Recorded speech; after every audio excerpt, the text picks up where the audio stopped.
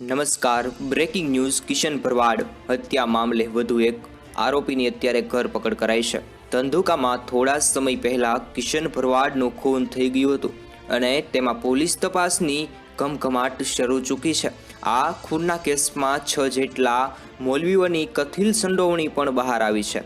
હવે media report અનુસાર કે આ કેસના હથિયાર આપનારો જે રાજકોટનો અજીમ સમાનો ભાઈ વસીમ ઉર્ફે બચા સમી મોરબીની ઝડપાયો છે. હાલ મોરબીથી આમની ધરપકડ કરાઈ છે. મોરબીમાં બી ડિવિઝન પોલીસે તેની ઝડપી પાડ્યો છે.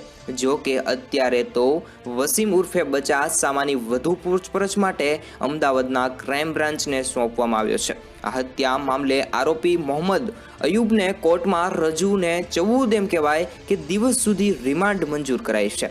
જો કે કોર્ટે ફક્ત 8 દિવસમાં જ રિમાન્ડ મંજૂર કર્યા છે.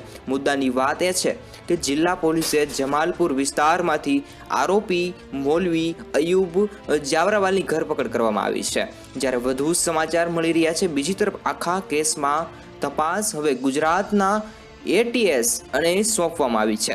મહત્વનું એ છે કે આ કેસમાં અમદાવાદ ક્રાઇમ બ્રાન્ચે સવારથી જ મોરબી, વાંકાનેર અને રાજકોટમાં અજીમ સમાની તપાસ કરી છે. હાલ કેટલીક તપાસ સાથે કરવામાં આવી રહી છે.